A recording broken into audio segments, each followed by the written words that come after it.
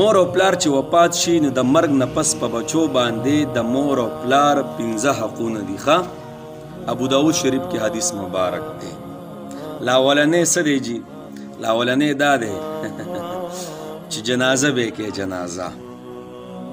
دویم چې خپل مور او پلار د نه هیر نشي دعا کې او وخت کې به یادې دا نه چې مور او پلار وفات شي او اختر راشي جی او زلار شم بیلچو کو دال را واخلم او د خپل مور او پلار قبر صفا کم بس دغه پورې ماته یاد دی اخوا ماته بیا نه دی یاد څه مسله راشي او زما ته مور او پلار را یاد شي بس دغه ټیم کې ماته یادېږي نه نه همیشه د هغوی د پاره د بخششو دعا کول درېمو هغوی چې کومې وعدې کړي وعدې او خبرې اترې کړي چې دا کار به کې دا کار به نه کې هغه پوره کول او کو ارسه درته ویلي اوس کو ناجایزه خبرې ته کړې به نه کې خو د الله نه فرمانی د نبي اسلام طریقو مخالف خبرې کړي به نه کې نور چې صحیح خبرې کړي نو کوشش پس کې چې هغه څه وکړي هغه پوره کې څلورم کم دی چې د مور او پلار چې کوم رشته داران دي د هغوی سره ښه سلوک کول ښه برتاو کول د هغوی سره ناسته پاسته کول دا نه جي چې مور لاړه نو خویندې په کور بند دي یا مور لاړه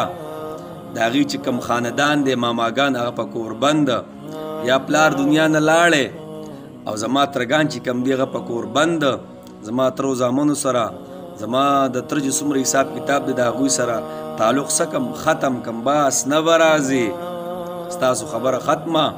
مونږ خو ستاسو سره چې غم ښادي کوله د مور او پلار په سر هم در سره کوله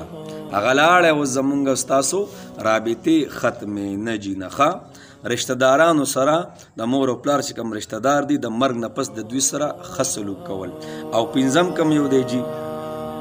زما د پلار چې کوم دوستان دي د کومو خلکو چې سره چې به زما پلار ناسته کوله